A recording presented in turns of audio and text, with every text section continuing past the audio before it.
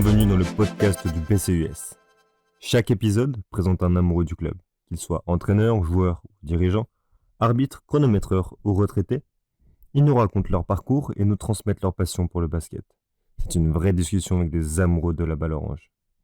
Après le premier épisode autour du Tigre alias Paulin, on se retrouve aujourd'hui avec Laurent, entraîneur, joueur, dirigeant, trésorier et même arbitre depuis peu. Il aura fait tous les postes au sein de son club de cœur. Une rencontre avec un réel passionné.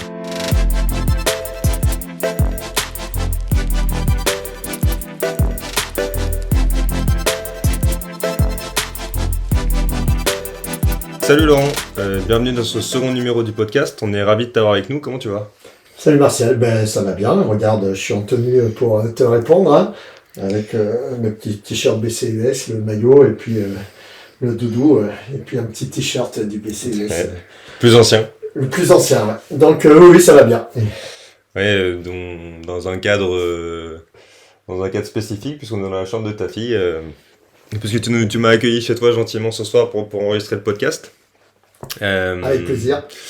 Pour que tu nous parles un peu de ton parcours au sein du BCUS et ton parcours même basket tout court, parce que tu as toujours eu un rôle important dans le club. La preuve en est, c'est que quand j'ai parlé avec Paulin sur le dernier podcast et que je lui ai dit qui va être le prochain, directement il m'a dit Laurent, et en plus il a parlé de toi dans le dernier podcast.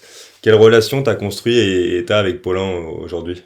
Alors j'ai bien, tu le sais, on a échangé tout à l'heure, j'ai réécouté le podcast de Paulin hier soir et effectivement c'est une vraie relation d'affection de par nos parcours, mais aussi par nos caractères, parce que Paulin était très disserte sur l'interview que tu as pu faire, mais moi je l'ai connu très timide. Je l'ai connu avant un déplacement du côté de Mont-de-Marsan, je crois, où il avait dormi à la maison. Il a dû lâcher 3 mots dans la soirée, il se souviendra. Donc voilà, au niveau du caractère, une certaine réserve et ensuite on partage tous les deux la passion du basket et sur le terrain, je crois que autant l'un que l'autre on donnait le meilleur de nous-mêmes. Donc voilà, déjà par le caractère, mais aussi par le parcours. J'ai d'abord coaché son frère. C'est comme ça qu'on s'est que j'ai connu Paulin, ses parents, et voilà, donc j'ai coaché Hamelin. Et puis, comme il le disait, je lui ai mis le pied à l'étrier, mais je n'étais pas le seul, hein. Il y avait Christophe Ruby qui m'a lancé moi aussi. Et ensuite, il a parlé de son passage au Limoges CSP où j'étais coach assistant et il a eu la pudeur, peut-être il est passé très vite sur ce passage au Limoges CSP où il avait totalement sa place sur cette année-là, mais qui malheureusement après 2-3 matchs il a été blessé au genou, si je me souviens bien, et a été éloigné des parquets. Il a eu du mal à revenir et du mal à revenir parce que il avait besoin de confiance. Là aussi c'est quelque chose qu'on partage avec Paulin, de pouvoir être en confiance pour donner le meilleur. Et justement il est revenu au bon moment parce que c'est sur les playoffs deuxième division en minime nation où il fait 2 super matchs à Auch. Malheureusement on perd en prolongation d'1 point sur un tir de Bastien Cadeau qui ne rentre pas, et pourtant voilà. Et donc nos parcours font que on s'est suivi, et puis après quand il est revenu au club de Saint-Léonard, il a évoqué l'aventure, parce que c'est une vraie aventure lorsque cette belle génération où il y avait Romain, il y avait Flavien, il y avait Mathieu, il y avait Serbe, j'en ai oublié, c'est pas bien, Paulin, et donc cette génération-là qui a doublé les matchs cadets et seniors, et qui a eu l'intelligence et l'écoute pour partager l'aventure avec les 2 Nico, Rabou et Mogar, avec Christo, et qui a fait qu'on a pu monter remonter le club en promo région en 2-3 ans. Et donc forcément plein d'aventures, des anecdotes dont il a parlé. Je ne sais pas à quel coach il fait référence, c'est dénudé, mais je n'ai pas de mémoire de ce personnage-là. Mais en tout cas, voilà, le match d'Aubusson, il l'a évoqué. Moi, je parlerai aussi du match de Bona peut-être un peu plus tard. Mais plein d'aventures avec Paulin, et c'est un garçon que j'apprécie énormément. Donc voilà. Tu parles de Paulin, mais toi, avec ton parcours au sein du club, il y a eu Paulin, mais en fait, il y en a eu plein d'autres. T'as eu plein d'aventures avec plein de gens et d'horizons différents, parce que t'as eu des Paulins, t'as eu des gens plus vieux aussi, des anciens dont tu parles, et dont nous, les jeunes, on connaît même pas l'existence. C'est ça que ça t'a vraiment apporté, le club, c'est des rencontres, des amitiés. Et- J'en parlais, je crois, avec le groupe senior de la DM3 là, l'an dernier. Ce sont des aventures différentes à chaque fois, mais des aventures qui marquent. Alors on a échangé un peu avant ce podcast autour d'une bière tous les deux tout à l'heure, mais effectivement, moi j'ai débuté avec un groupe qui est maintenant un groupe d'amis et qui continue à suivre le club, mais que peu de personnes connaissent à part les plus anciens. Mais malgré tout, toi, tu te souviens de Christophe Ruby, et sans Christophe, ça a été l'une des chevilles ouvrières de ce club durant les années 80 et plein d'autres. Hein. Je vais faire exprès de ne pas en citer certains, ça va bien les énerver. Voilà, mais voilà. Ensuite, eh bien, il y a eu, ça fait bizarre de voir, par exemple, Léo en première alors que je l'ai eu en U11, de voir ton frère jouer avec moi maintenant alors que je l'ai coaché en U11. Ça fait bizarre que dans ce même groupe, lorsque Louis Diaz revient, il m'appelle coach. Voilà, ça fait 20 ans que je l'ai pas coaché. Voilà, partager d'autres générations ensuite qui sont venues. Je pense que je dois être à 8 ou 9 aventures avec le club de Saint-Léonard, et à chaque fois passionnante à des niveaux différents, parce que comme l'a dit Paulin, c'est pas forcément le niveau qui donne envie d'aller taper dans la balle, c'est la passion qu'on peut avoir pour ce sport, et puis l'envie de partager et de vivre des moments, parce que quel que soit le niveau, on peut vivre des moments forts. Voilà, et puis surtout partager des moments conviviaux juste après, parce que c'est pour ça. Et alors ensuite, on parlera peut-être des équipes de jeunes après, où là, c'est un rôle peut-être un petit peu différent. Et tu le sais bien, toi qui t'occupes aussi de jeunes. Voilà, c'est différent de coacher des seniors et des jeunes. Et justement, tu parles de cette différence de coacher des seniors et des jeunes, mais il y a aussi une différence de rôle au sein du club que tu as eu. Tu as eu plusieurs rôles, que ce soit dirigeant, trésorier, il me semble, coach, joueur, arbitre aussi depuis peu. Grâce à toi, Grâce à je t'en remercie de l'expérience. Depuis peu. Qu'est-ce qui t'a poussé vers tous ces rôles, et lesquels t'as préféré, quelles expériences t'en as tiré aussi, parce que c'était forcément des expériences différentes. Donc, Alors, c'est à chaque fois, comme tu as dit, des rôles bien différents. Ensuite, ce qui m'a poussé, notamment au niveau du dirigeant, d'être dirigeant, c'est souvent les besoins du club à un moment, le temps que je pouvais consacrer, parce qu'à l'époque, je n'avais pas d'enfant. Voilà, et il faut du temps pour pouvoir s'occuper d'un club. Le plaisir d'essayer de construire avec des équipes plus ou moins larges. Je crois que quand je rentre dans le bureau, il n'y a pas grand monde. Jackie est déjà présent. Euh, je crois que on était 4-5 hein, au tout début. Christophe Ruby, Odile Latou, je crois qu'il y avait Madame Planchat, si je me souviens bien. Voilà. Et puis il y a eu diverses aventures. Alors, on a essayé d'élargir le bureau à cette époque-là, de structurer par commission, et c'est peut-être le désir qu'on peut avoir de nouveau là, pour essayer après cette crise sanitaire, de relancer le club qui a très très bien fonctionné, hein, et qui a passé cette crise grâce aux dirigeants en place. Mais voilà, et peut-être essayer de donner un souffle nouveau, et de recréer des petites commissions, de demander à d'autres personnes de s'investir. Donc voilà, le plaisir d'essayer de construire et puis permettre aux jeunes et aux moins jeunes d'avoir la pratique de leur activité favorite.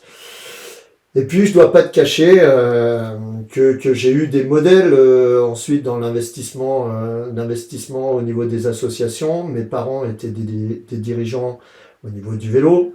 Et puis, mon grand-père, qui lui a offert sa vie au vélo, à son club, et qui a permis à des générations de Mioletou de pédaler. Et cet engagement-là bénévole et son implication, je pense que inconsciemment, ça joue dans mon envie et le plaisir que j'ai parce que j'ai eu ces modèles-là et notamment celui de mon grand-père.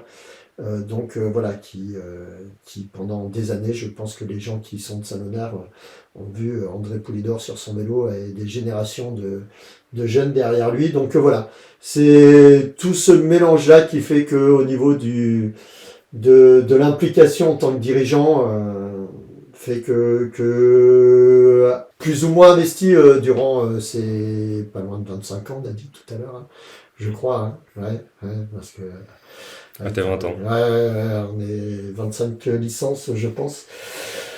Voilà. Ensuite, en tant que joueur, on se connaît. Donc, dès qu'il y a quelque chose, dès qu'il y a une compète, je suis présent. Et j'aime ça. Et alors, à mon petit niveau, et puis j'ai eu la chance, tu le disais, hein, je ne viens pas du basket. Je viens du vélo et j'ai pas fait d'école de basket. Donc on peut dire que techniquement j'étais assez pauvre lorsque j'ai débuté, que c'était peut-être mon adresse et ma volonté de défendre et le fait d'avoir des cannes qui me permettaient d'être un élément de l'équipe qui jouait pas mal. Et puis j'ai eu la chance de rencontrer des bons joueurs et de progresser, de gagner une main gauche, même si elle est encore pourrie. Ouais, t'as le droit, hein, t'as le droit. Mais voilà, je suis capable de démontrer un exercice aux jeunes maintenant avec ma main gauche, chose que je n'étais pas capable de faire quand j'ai débuté. Voilà. Sur jouer et puis ensuite coacher, c'est une passion que Christophe Ruby encore m'a fait découvrir. J'ai beaucoup appris, je vais être obligé de les citer, de Serge Hersan et d'Éric Lapouge aussi lorsqu'ils ont été mes premiers coachs, car l'un technicien et l'autre stratège et avec une capacité à sortir le meilleur d'eux-mêmes. Voilà, on n'était pas très bons, mais ils avaient la capacité de nous rendre meilleurs et qu'on donne tout et on a volé des matchs, hein, on peut dire. On a battu des équipes beaucoup plus fortes que nous, mais voilà, on compensait avec l'énergie et puis ensuite j'ai mis du temps avant d'en parler, mais j'ai énormément appris avec Alan ensuite lorsque je l'ai rejoint sur 3 années au pôle et 2 années en sélection. Sur les minimes nations et là j'ai peut-être découvert ce que c'était que le basket et tout ce qu'on pouvait apporter à des joueurs techniquement. Alan, pour ceux qui nous écoutent, c'était l'entraîneur du coup du Pôle Espoir, où toi tu as eu la chance de pouvoir être avec lui et d'avoir par exemple des joueurs comme Paulin. Donc une vraie expérience. Qui a été le coach de Panazol Qui était aussi le coach de Panazol en N3 plus récemment. Comment est-ce que tu es arrivé à être au Pôle Espoir avec Alan du coup ? C'est assez simple. Hein. Faut être honnête. Hein, en fait, Christophe Ruby a fait, lorsque Alan est arrivé sur la région, Christophe était dirigeant au niveau de la Ligue et a proposé à Alan de venir jouer avec nous. Il a passé 2 ans à Saint-Léonard avec nous, avec Bertrand Martin, et puis ensuite Vincent Bourdeau qui était aussi coach sur le Pôle Espoir filles. Et donc Alan, à l'issue de ces 2 années passées joueur avec nous, on avait sympathisé, je pense connaissait ma passion du basket, savait que j'étais quelqu'un avec qui il pourrait travailler. et que de par mon caractère, il savait qu'il avait besoin d'une personne qui pourrait remonter le moral aux joueurs. Voilà. Parce que c'est quelqu'un de très dur pour ses joueurs, mais qui leur apporte énormément. Et ces 2 années où on a joué ensemble, jamais il l'a ramené techniquement ou pris la parole sur un temps mort. Et quand j'ai découvert l'autre facette du personnage en tant que coach, je me suis dit waouh, qu'est-ce qu'il a pensé de nous quand on jouait à ses côtés. Mais voilà, il a eu l'intelligence de se fondre au niveau où on était. Et là, ben voilà, ce qui m'a amené à aller coacher là-bas, c'était notre amitié. Et moi, j'ai ouvert grand les yeux parce que je parle d'Alan, mais Vincent Bourdeau, voilà, et c'est pas pour rien qu'ils se retrouvent tous les deux aujourd'hui sur l'équipe de France féminine encore l'été prochain. Voilà, c'est une super expérience, mais c'est là le fait qu'on se connaisse et que voilà, il a peut-être perçu chez moi des qualités qui pouvaient contrebalancer les siennes. Voilà. Et comme tu disais, ton parcours est atypique puisque tu as commencé par le vélo et tu es allé plutôt tard vers le basket puisque tu es arrivé vers tes 20 ans. Comment est-ce que tu as réussi, en venant du vélo, en arrivant tard au basket, à réussir à te développer au niveau du basket, et surtout comment est-ce que tu es venu à cette passion maintenant? Alors, un rapide historique, à 20 ans, je décide d'arrêter ma petite carrière de cycliste sur un championnat de France de cyclocross où je suis malade, je prends pas le départ. Et là, ça fait 4 ans que j'enchaîne route, cyclocross et que beaucoup de sacrifices pour une certaine frustration, usé par le vélo. Et puis ensuite, il y avait les études. Donc, on l'a évoqué avant, moi je venais déjà sur le playground on appelait le vieux gymnase et on allait jouer en lieu et place du City Park sur les vieux panneaux avec la génération de mon oncle et celle de Christophe Ruby. Et donc c'est mon oncle qui a arrêté le vélo un peu avant moi, qui est presque comme mon frère, hein, mon oncle Bruno. Et donc j'ai partagé le playground avec les joueurs de l'époque du BCUS. Et puis ma dernière année de vélo, je venais m'entraîner avec eux. Et puis rapidement, étant donné voilà, que c'était un groupe d'amis, que je n'avais plus la motivation pour aller souffrir sur les 2 roues, j'ai tapé la balle orange. Et puis en plus, quand il pleut, quand il fait froid, quand il y a du vent, on est protégé à l'intérieur d'un gymnase. Et que le niveau où on était en honneur région, et c'était très loin d'être le niveau qu'il peut y avoir aujourd'hui, je pense. Voilà, on a fait quelques coups en coupe ou sur des tournois, on n'est jamais descendu. Donc ça, c'était une certaine fierté. On avait des entraînements assez rugueux. Je peux pas passer outre cette anecdote avec Laurent Clamant, et je sais que Laurent l'écoutera de Vendée, là où il est, sur un entraîne quand même. C'était toujours les gentils contre les connards. Pardon pour le gros mot, hein.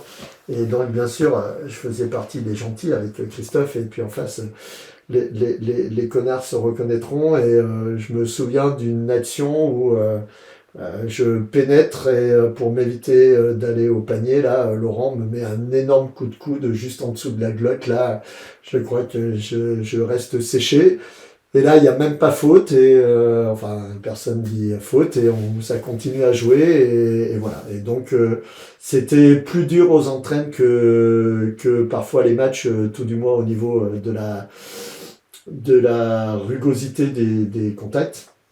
Et ensuite, on s'en est toujours sorti. Alors, il y avait quelques talents, hein, parce que Christophe était quand même très adroit, et puis autour, Serge, ça va lui faire plaisir, tenait assez bien la balle quand il était jeune.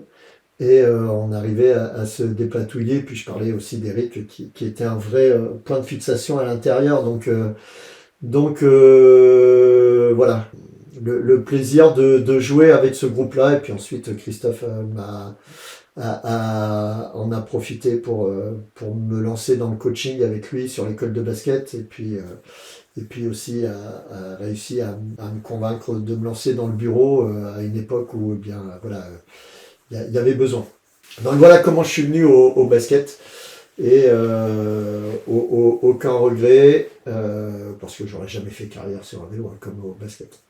Tout ce bagage technique, on va dire, plus que ce que tu apprends aux jeunes aujourd'hui ou même aux seniors que tu entraînes encore cette année, tout ce bagage technique, même en tant que joueur ou mine de rien, on voit qu'il y a du travail.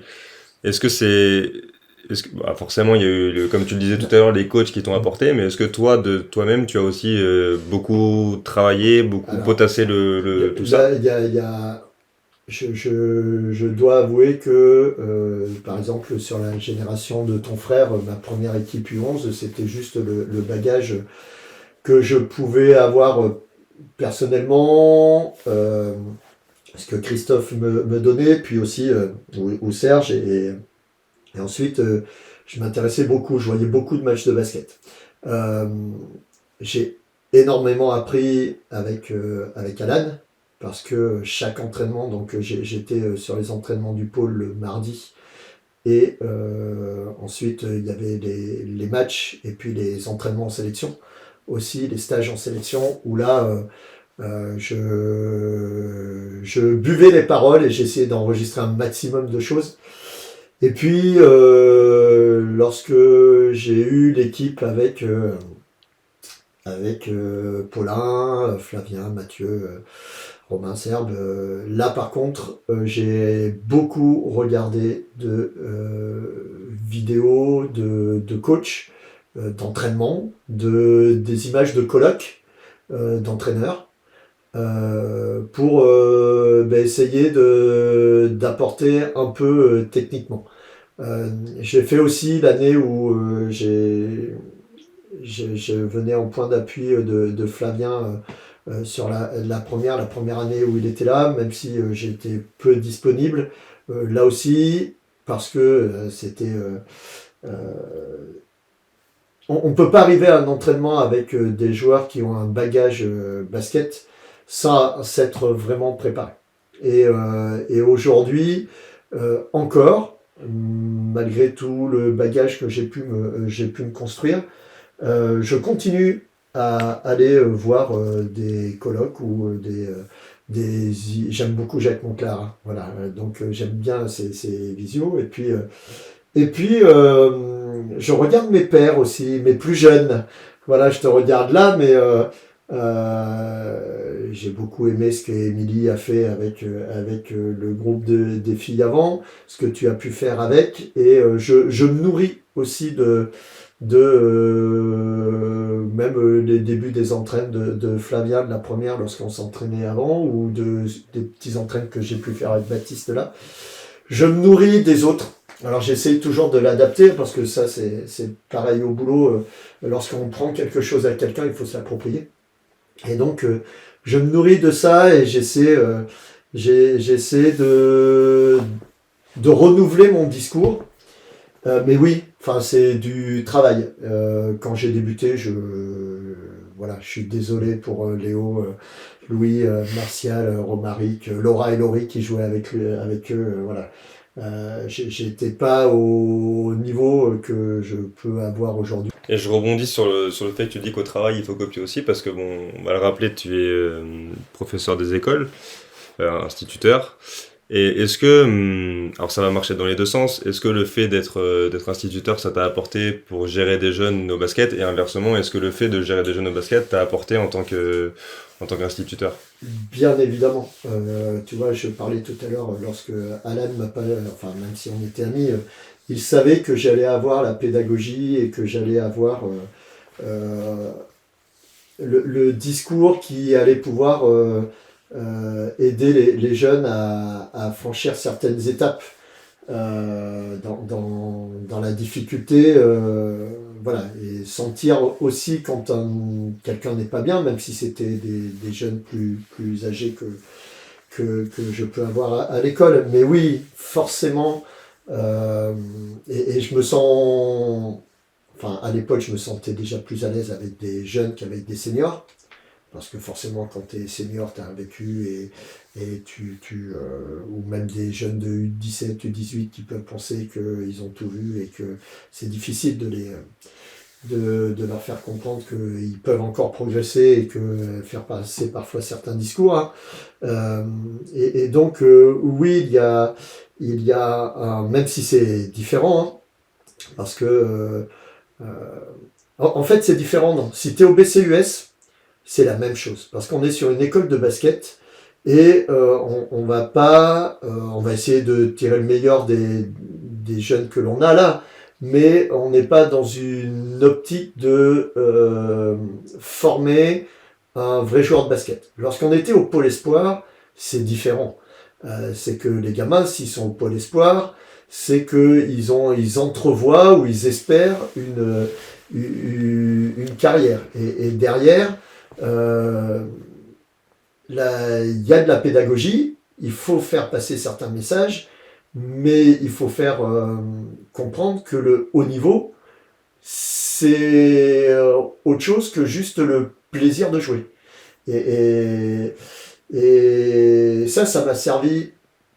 Ça m'a servi aussi, à l'inverse, dans le boulot, où à être parfois peut-être un peu moins diplomate sur. Alors je m'exprime mal là, c'est pas une question de diplomatie, mais de pouvoir dire plus facilement certaines choses à des parents ou des familles, voilà, tout en gardant bien en tête hein, qu'il faut garder le côté professionnel et penser à la psychologie de l'enfant.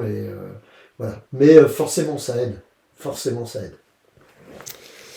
Et justement, tu fais une distinction entre le BCUS et du coup bon, là, c'est le pôle espoir, donc ça fait un gros delta, puisque c'est, comme tu le dis, c'est pour former des vrais joueurs de basket et pour qu'ils aillent le plus haut possible.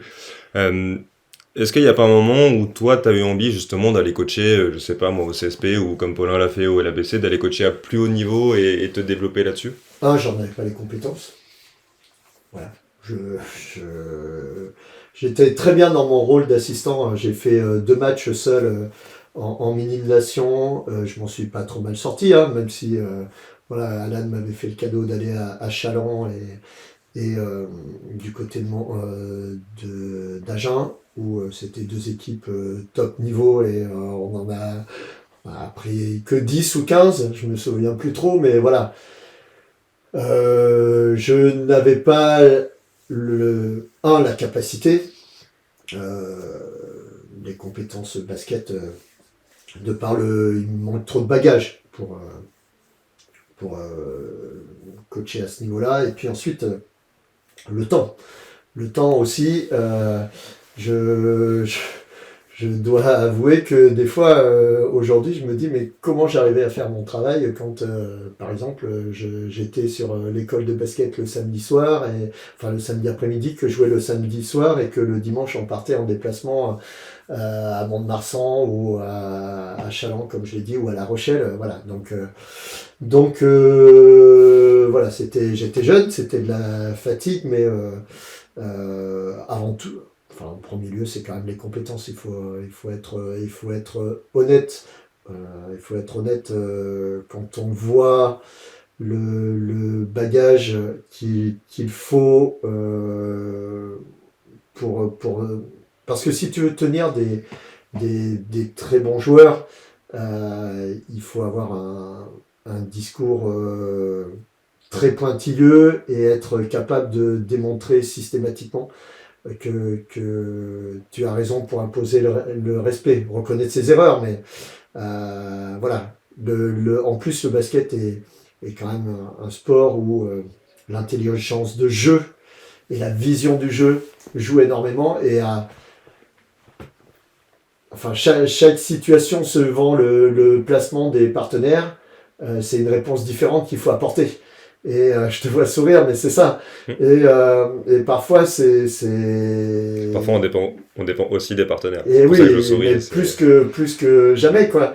Plus que jamais. Et donc, s'il y a...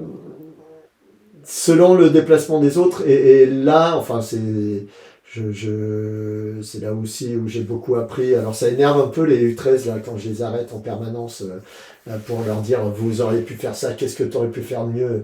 Mais c'est ce que j'ai appris avec Mister Brun, c'est que à chaque situation tu as 2-3 options et essayer de choisir la meilleure et essayer de faire comprendre aux joueurs quelle est la meilleure. Donc cette vision du jeu là, je pense l'avoir. Les fondamentaux techniques. Voilà, quand je vois Émilie, quand je te vois toi, je me dis que, quand je vois Baptiste aussi, je me dis que je peux encore apprendre pour faire progresser nos jeunes. Donc, à haut niveau, non, j'étais pas capable. Et du coup, ouais, mine de rien, t'as entraîné, j'ai envie de dire, toutes les catégories. J'ai entraîné beaucoup de catégories, Euh, très peu de filles. C'est ta faute en fait. Hein, si je crois que là les U13, U15, c'est la première équipe de filles et j'y prends beaucoup de plaisir au-delà du fait qu'il y ait mes filles, mais c'est parce que c'est un groupe, voilà. Euh, c'est là où je voulais en venir, sur toutes ces catégories. Alors, il y a, je veux pas dire, il n'y a pas forcément de préférence, mais au final, il y a quand même une préférence d'une génération ou d'une année qui t'a marqué en particulier sur ces années-là. alors, c'est que des aventures. Là, c'est très dur hein, ce que tu dis parce que ça soit la première équipe ou même là où je coache plus en fait hein, parce que enfin en DM3 là je vais pas leur prendre la tête à les coacher alors peut-être que des fois ils aimeraient ça m'éviterait d'être sur le terrain voilà ça m'éviterait d'aller faire des conneries sur le terrain mais non, non, enfin, si au niveau du coaching, il y a beaucoup d'aventures, mais effectivement, si je reste dans le cadre du BCUS, celle qui est quand même belle, c'est celle dont Paulin a parlé, hein, parce que quand, euh, quand on mêle ce groupe de cadets avec les seniors, je me souviens, on est à Oradour et mon premier speech que je leur fais sur le banc d'Oradour, je leur dis écoutez, on est là pour monter, non pas une fois, mais monter 2 ou 3 fois parce que votre place, elle est au plus haut niveau régional. Et j'espère que dans quelques années, je serai au gymnase et que je vous regarderai jouer. Et c'est ce qui se passe maintenant. Il a fallu pour cela quand même que je refile le bébé à Flavien parce que il fallait que pour pouvoir progresser et on en revient à ce que je disais tout à l'heure, il fallait quelqu'un qui a un discours nouveau et qui apporte un plus. Voilà. Donc il y a cette aventure là. Au niveau du BCUS, ensuite, enfin voilà, ma première équipe U11, hein, tu as vu, j'ai cherché partout le t-shirt qu'ils m'ont offert, mais je l'ai toujours ce t-shirt-là, et je raconterai pas toutes les anecdotes, parce que forcément, quand on a Louis Diaz dans l'équipe, il se passe des trucs toutes les semaines. Voilà. Et ensuite, ben, il y a les années où moi j'étais joueur, et là pas coach, mais joueur où ben, j'ai excessivement progressé avec l'arrivée de Nico, Rabou, ensuite Alan Brun, Bertrand Martin, puis Vincent qui a joué avec nous, lorsque Nico Mogard aussi est venu jouer une première fois avec nous. Et, et donc, voilà, c'était des aventures et là que des bons souvenirs. Et puis ensuite, hors BCUS, je garde la dernière là quand même avec les filles. Mais hors BCUS, ensuite, au-delà du pôle espoir, ces années en minime nation, j'ai parlé tout à l'heure de la défaite, mais c'est quand même un bon souvenir en prolongation. Il y a aussi les finales nationales avec l'équipe régionale où on réussit à battre les Midi-Pyrénées à Toulouse qui nous offre les portes du Temple-sur-Lot et là on prend 50 points contre l'Île-de-France dans le premier match et on se dit putain ça va être long et après on accroche toutes les autres délégations et on bat une deuxième fois l'Aquitaine donc là c'était quand même des grands moments des bons souvenirs. Je ne sais pas si Benoît Marty écoutera ce podcast, mais Benoît Marty qui coach aujourd'hui à Chartres. Nous avons laissé Alan discuter un petit peu et avec Benoît, nous avons été nous restaurer à l'issue de cette victoire contre l'Aquitaine. Voilà, je ne peux pas dire à l'antenne là, tout ce qui s'est passé après, je te le raconterai. Et puis ensuite, on revient sur l'équipe que j'ai en ce moment, au-delà du fait qu'il y ait mes filles, c'est un super groupe et c'est une vraie envie de permettre à Saint-Léonard d'avoir de nouveau du basket féminin. Il y a eu des équipes filles. C'est frustrant de ne pas avoir d'équipe senior filles là. Avec cette dynamique, j'espère qu'on va pouvoir garder nos jeunes. Et c'est la difficulté à Saint-Léon. Et qu'on puisse proposer aussi du bon niveau avec le basket féminin. En espérant voir revenir certaines joueuses et puis surtout avec CU13, U15. Voilà, ça sera peut-être pas le plus haut niveau régional, peut-être que si, on verra, mais c'est un vrai plaisir. Et vous avez fait du super travail avec ta sœur sur ce groupe-là et c'est facile d'arriver derrière. Juste une chose, parce que j'ai peur d'oublier, on parlait de la génération tout à l'heure de Paulin, si ça a été si facile de les associer à un groupe senior, c'est qu'ils avaient l'intelligence, qu'ils avaient l'écoute, qu'ils avaient du talent, mais aussi que lorsqu'ils ont été encadrés, David a fait un énorme travail avec eux et que il leur a montré qu'ils étaient capables d'aller très très haut et qu'ils n'avaient pas à avoir peur des grands clubs de la région et voilà. Et pour rebondir justement sur les U13, puisque comme tu l'as dit, il y a une particularité, c'est que tu entraînes tes filles. Comment ça se passe en tant que papa? Et est-ce que c'est facile à gérer? Et est-ce qu'au final, toi qui appréhendais un peu cette situation, c'est mieux que ce que tu pensais, voire c'est même top? Alors, moi je vis de manière top. Ça a nécessité quand même au départ une explication aux filles, hein, que lorsqu'on serait aux entraînements, je ne serais pas papa, je serais le coach et que forcément je dirais peut-être des choses ou que je serais moins patient qu'à la maison, que je ne tolérerais pas certaines choses parce que sinon les autres pourraient penser qu'il y a du favoritisme ou que qu'elles peuvent se permettre de dire des choses. Donc il y a eu un éclaircissement d'abord à la maison. Il a été dit aussi devant toutes les autres filles que voilà, il y avait des règles et qu'on ne pouvait pas. Si elles savent toutes qu'elles peuvent venir me voir à l'entraînement si j'ai eu un mot malheureux ou voilà, parce que c'est là, on parlait du métier d'enseignant tout à l'heure, et voilà, pendant l'entraînement, à la différence de l'école, je peux être beaucoup plus dur. Et par contre, je suis ouvert à la discussion après pour revenir dessus. Et je crois que Anaïs et Lily l'ont bien compris, que ça se passe bien, même si, voilà, il se rajoute, tu as oublié un critère, c'est l'adolescence, qui rentre en jeu et que parfois, il faut répéter certaines choses pour que ça soit bien compris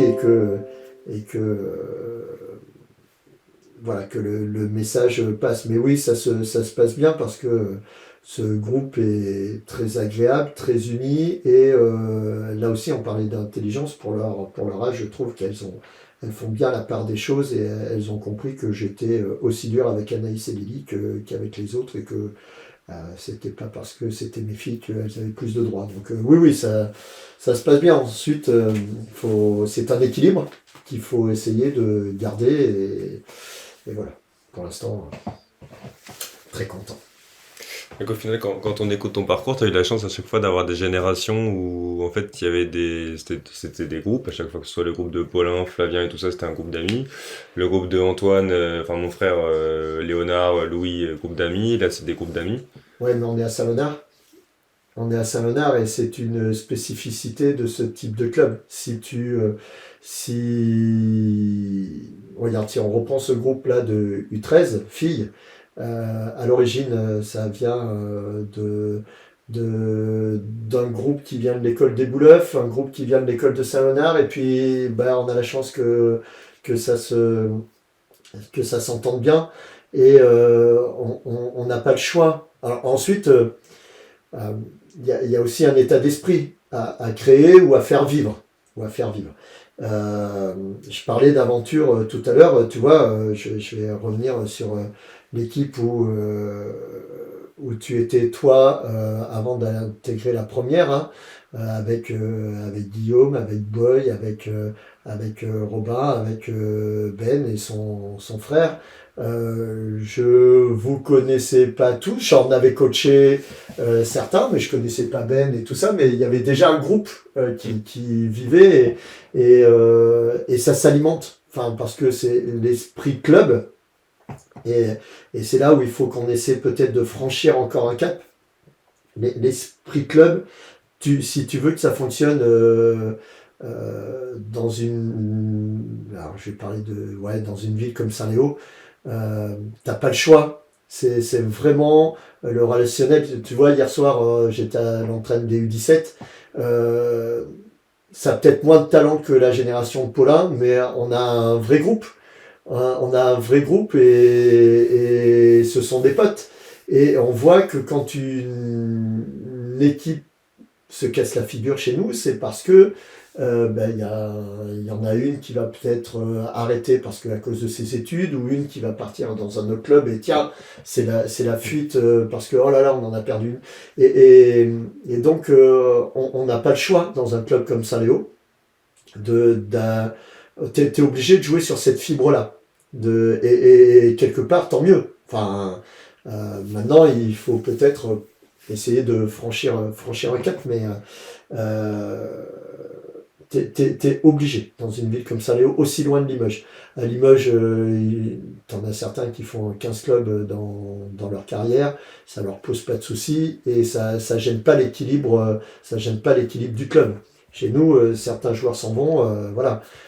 Tu perds énormément et tu es obligé de tout reconstruire. Moi, j'ai connu être au plus haut niveau régional et que pour des raisons X, voilà, on a tout lâché et c'est reparti en département, quoi. Donc, c'est des années ensuite pour remonter. On y est revenu. Il faut essayer de construire autour de ça et d'essayer de remonter maintenant le basket féminin et de maintenir le basket masculin là où il est. Ça fait quelques temps qu'on a commencé le podcast là. Donc t'as sorti beaucoup d'anecdotes et tu en as des dizaines et des centaines même, je dirais. Et de toute façon, dès qu'on se voit, je pense que tu me racontes une anecdote différente. Il y en a 3-4 que je ne peux pas raconter. Il y en a que tu peux pas raconter non plus, mais justement, est-ce que, on va dire, tu peux nous sortir, on va dire, ton top 3 d'anecdotes, même s'il n'y a pas vraiment forcément de préférence sur ces choses-là, mais on va dire tes 3 les choses qui t'ont le plus marqué durant ta carrière. 3, c'est compliqué, forcément, je vais passer à côté de certaines. Mais je vais attaquer avec celle de Paulin, parce que je vais faire 3 en une. Voilà. D'abord, à Aubusson, avant le shoot de Nico Mogard, c'est l'une des rares fois, je crois, où les deux, Nicolas Rabou et Nicolas Mogard, ont écouté un temps mort que j'ai pu prendre et ont fait exactement ce que j'ai demandé, c'est-à-dire la pose d'écran en bas pour que Nico Mogard aille prendre le tir et à l'origine c'était Serbe qui devait aller faire la touche, mais juste avant de rentrer sur le terrain, je le rattrape par le bras et je lui dis non, c'est moi qui vais faire la passe. Et donc voilà, il faut replacer dans le contexte quand même, et Paulin avait raison, hein, c'est que si on perdait, ça devenait très compliqué la montée et tout ce qui en découle derrière, et que quand même Nico Mogard, ce jour-là, c'est son ancien club, c'est son père à la table, c'est son père qui est président d'Aubusson, et c'est un tueur là, sur cette action-là, voilà, c'est un tueur. Ensuite, le match de Bona, qui arrive une semaine après, je crois. Je crois que ce jour-là, je me suis dit, j'ai jamais vu de joueur miauler tout tel que celui-là. Je parle de Fla. de Flavien Ustaz, parce que je crois qu'il doit avoir 19 ans, et que il pose un contre dans la raquette. Donc c'est un match super serré, hein, et c'est le match de la montée, carrément. Et il pose un contre, il traverse le terrain, il loupe le double pas. Voilà, mais quand je dis il traverse le terrain, il y a quand même des joueurs en face. Il loupe le double pas, et puis là il remonte et il fait une claquette dingue sur un mec qui est aussi grand que lui. Et je me dis, waouh, bah là on peut pas perdre. Et puis surtout, pourquoi il n'y avait pas eu d'autres joueurs comme ça avant à Sarrio, voilà. Donc je crois que je ne l'ai jamais dit ça. Enfin, et que derrière, ouais, on traverse les douches, étaient de l'autre côté du stade. Et ce que tu as oublié, Paulin, c'est que ce jour-là, il y a 2 joueurs qui ont traversé le terrain à poil pour aller jusqu'aux douches. Et que ensuite, oui, les systèmes ont été refaits très longuement sur la piste de danse. Je crois que Lucas les maîtrisait parfaitement. C'est Lucas que j'avais oublié tout à l'heure. Et Lucas, voilà. Alors, anecdote de Lucas, toujours sur cette génération-là, je leur passe un énorme savon sur un temps mort et sur un match assez tendu. Et à la fin du temps mort, où tout le monde baisse la tête, Lucas me dit Laurent, je crois que tu as fait une petite faute de grammaire, c'est pas le A qu'il faut utiliser, c'est le 2. Et là, je crois que j'avais envie de lui balancer la plaquette, mais tout le monde s'est marré, et derrière, c'est peut-être lui qui fait que tout le monde repart détendu sur le terrain et qu'on met la misère à l'équipe en face, quoi, parce que tout le monde avait retrouvé le sourire à ce moment difficile. Ensuite, il y aurait plein de moments avec ma première équipe. Lorsque Eric Lapouche, qui nous coach, oublie Barnes sur le banc à Aix, et qu'il faut qu'on lui rappelle au bout de 30 minutes qu'il y a un 8e joueur à faire rentrer sur le banc. Voilà. J'ai vécu les jeudis de l'angoisse. Et les jeudis de l'angoisse, eh bien, ça, c'est pour tous ceux qui ont du mal à aller à l'entraînement et qui se disent ah, c'est nul l'entraînement, j'arrive pas, ou qui se disent j'arrive pas à gagner. Ben moi, pendant 1 an, j'ai perdu tous les matchs que j'ai pu faire le jeudi soir. C'était Vincent Bourdeau, Alain Brun contre Christophe Ruby, Laurent Roulier. On a eu plein de fois la balle pour gagner, mais on les a jamais battus. Et ça, les jeudis de l'angoisse, je l'entends encore 20 ans après. Et non, je sais pas, des anecdotes, t'en as. Si, Nico m'en voudrait sur ce panier au buzzer contre les PTT, sur son 3 points là, où on était vraiment pas bien, où on était pas très costaud. Et puis, quand même, le plaisir que j'ai eu avec ta génération, c'est quand même dommage que tu n'aies pas pu jouer plus avec nous, parce que Guillaume, Robin, Boy, toi, ça faisait une belle ligne arrière quand même, et donc c'était un vrai plaisir, je crois, pour les intérieurs de jouer avec vous, et c'est dommage qu'on n'ait pas pu que tu n'aies pas pu faire toutes les saisons avec nous, enfin les saisons en entier. Voilà, il y en a plein d'autres des anecdotes, mais je crois que tu m'as dit de faire court, donc voilà. Si, quand même. Je sais pas s'il est toujours en ce monde, mais tout à l'heure j'ai dit on n'a jamais vécu de descente.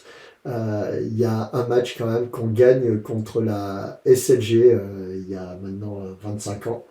Il y a un retour en zone qui est sifflé sur une ligne imaginaire de l'arbitre.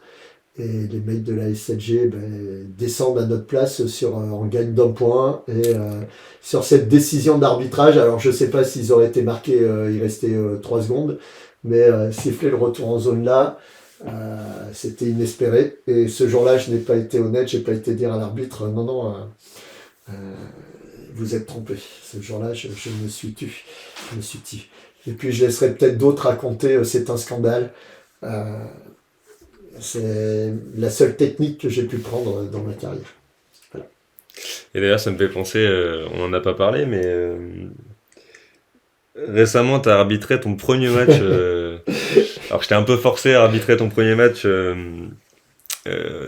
sur des U15. Ouais. Et pourquoi t'as jamais voulu, ou peut-être pas voulu, c'est peut-être l'occasion qui s'est pas présentée, arbitrer des jeunes ou des moins jeunes d'ailleurs? Alors, Des jeunes, plus facile. Plus facile. Des moins jeunes, ils auraient eu du mal à comprendre ma sévérité. Voilà. C'est plus facile et j'y ai pris un vrai plaisir, vraiment, à arbitrer, parce que je me suis permis d'expliquer chaque coup de sifflet que lorsque c'était pas compris. Avec des seniors, c'est plus compliqué. Je pense que même si je trouve que tu prends le temps, toi, d'expliquer certaines décisions, pas toujours, parce que tu peux pas toujours tout justifier. Et puis à arbitrer, je pense que j'aurais été très souvent plus sévère avec le club de Saint-Léonard. Et donc puis je suis peut-être qu'en vieillissant, hein, c'est peut-être la future étape maintenant, hein, parce qu'il faut pas se leurrer, hein. Jouer, j'arrive à la fin, mon corps crie, même si j'y prends beaucoup de plaisir. Euh, mais voilà, pourtant, hein, je suis un ardent défenseur de la protection de l'arbitre et voilà, je sais pas, c'est quelque chose qui m'avait pas forcément tenté.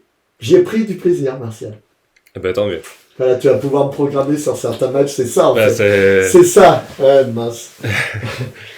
Et juste, j'en profite, parce qu'on arrive à la fin là, il a été décidé qu'il y aurait une formation arbitre qui va se faire notamment auprès des U13 et des U15, parce que c'est là où on a le plus de candidats, mais je crois que certains U17 garçons viendront aussi. Et ça, c'est une certaine fierté que Flavien Gallet va diriger normalement cette formation sur des mardis. C'est quelque chose d'important que les jeunes arbitrent ou découvrent l'arbitrage, parce que ensuite ils se rendent compte en tant que joueur, en tant que coach, que c'est pas si facile que ça de siffler au bon moment et de siffler la bonne chose. Et je pense que ça devrait être plus que des amendes ou des sanctions. Ça avait été fait passer un temps, hein, pour les joueurs qui avaient des fautes techniques à Saint-Léonard, de devoir arbitrer. Ensuite, c'était pris comme une sanction, mais en fait, non, c'était un vrai apprentissage et peut-être une éducation au respect des règles. Et peut-être que parfois le comité, plutôt que de sanctionner, devrait réfléchir c'est pas du travail d'intérêt général, mais quoique ça y ressemble. Et ça serait peut-être plus productif, parce que lorsqu'on a un sifflet, eh ben, on est face à sa responsabilité, et que ce soit même sur les 15, hein, des fois là j'hésitais à prendre des fautes ou à se dire mince, c'est la cinquième de la joueuse là, ben tant pis parce qu'elle y est, et que il faut sanctionner. Donc voilà, peut-être que pour conserver le bon état d'esprit qu'il peut y avoir sur les terrains, ceux qui manquent de respect parfois devraient peut-être aller derrière le sifflet. On arrive au terme de ce podcast, ça fait à peu près 1 heure qu'on discute. Je t'avais demandé des recommandations culturelles, de nous préparer quelques recommandations culturelles, que ce soit sur le basket ou sur autre chose, hein, que ce soit un livre, un artiste ou un film. Est-ce que t'as quelque chose à nous proposer? Alors, en livre, alors moi c'est une grande... Moi je repars, tu vois, tu me redonnes la parole. C'est une grande frustration, j'ai pas assez lu quand j'étais jeune, je lisais trop de BD, et maintenant je reprends du plaisir à lire pour les ouvrages que mes élèves doivent lire. Mais s'il y a bien un livre qui m'a marqué, alors ça peut paraître banal, mais c'est Le Petit Prince, vraiment. Je pense qu'il y a plusieurs lectures et plusieurs degrés de lecture qu'on peut avoir dans Le Petit Prince, et qu'il y a plein de choses à apprendre de l'écriture de Saint-Exupéry. Ensuite, sur un film, et là ça va être le lien avec le basket, parce que j'ai découvert ce film-là au Temple-sur-Lot, c'est Dodgeball, vraiment. Et là aussi, tu connais Dodgeball? Je crois que j'ai l'affiche en tête. Ouais, mais Ben Stiller est énorme, et surtout... c'est autour de la balle enfin, c'est la balle au prisonnier montée au plus haut degré de compétition. Alors, faut pas s'attendre à un chef-d'œuvre, hein, mais ça dit quand même de ce que l'on peut faire pour le sport et que n'importe quel jeu peut devenir un phénomène. Et puis ensuite, allez, je vais faire mon vieux. Si tu m'avais demandé de choisir un artiste, alors beaucoup ont pensé que je vais dire Goldman. Eh bien voilà, eh bien, je vais dire Brel. Voilà, je vais dire Jacques Brel. Tu restes dans la musique. Je reste dans la musique. Et alors c'est quelque chose que je t'avais pas demandé de préparer, de faire un 5 majeur des joueurs, pour le coup, que des joueurs avec qui tu as joué à Saint-Léo. Oh, c'est pas beau ça. Putain, là, comme ça là. Ouais. Waouh, non mais tu te rends compte le nombre de joueurs que... Ouais, un 5 majeur. Les 5 qui t'ont le plus marqué, on va dire. Ou avec qui t'as préféré jouer, ou... Je peux pas avoir un effectif de 10 là. Ah non mais tu te rends compte... Oh, c'est On va horrible. sortir 5. J'ai 3 joueurs de l'époque, donc Alan à la main et Bertrand Martin dans l'aile, parce que waouh, je suis obligé de te mettre dans l'autre aile, hein. Voilà, moi je joue avec 2 ailiers là dans ce cas-là, et puis ensuite et je vais avoir Fla en intérieur, et puis je vais avoir Nico en deuxième intérieur, quoi. Je vais, voilà. Mais là, tu vas me faire descendre non, mais c'est pas bien. Mais voilà. Je pense que c'est ce 5-là. Voilà. Ouais, je t'ai un peu pris au dépourvu, donc si... Ouais, non, mais même pas pris au dépourvu, mais c'est qu'il y en a. Voilà, mais c'est 5-là. C'est 5-là. Laurent, je crois qu'on va finir pour aujourd'hui. On a senti beaucoup de joie et beaucoup d'émotion de parler de toutes ces années, puisque comme tu dis, ça fait quand même 25 ans, 25 licences que t'es au club, et c'est pas terminé puisque tu y es encore. Justement, qu'est-ce qu'on peut te souhaiter pour la suite, que ce soit d'abord au niveau du basket ou du club, et après au niveau de ta vie personnelle? Moi, me souhaiter au niveau du... Moi, c'est juste voir grandir ce club et continuer à avoir des générations de joueurs et de joueuses enfin, pouvoir pratiquer et essayer de pratiquer au niveau qu'ils le souhaitent, que ça soit au plus haut niveau si on en a la capacité, et à avoir l'offre d'un niveau plus bas si c'est juste pour du plaisir. Ensuite, comme le disait Paulin, il n'y a pas que le basket dans la vie.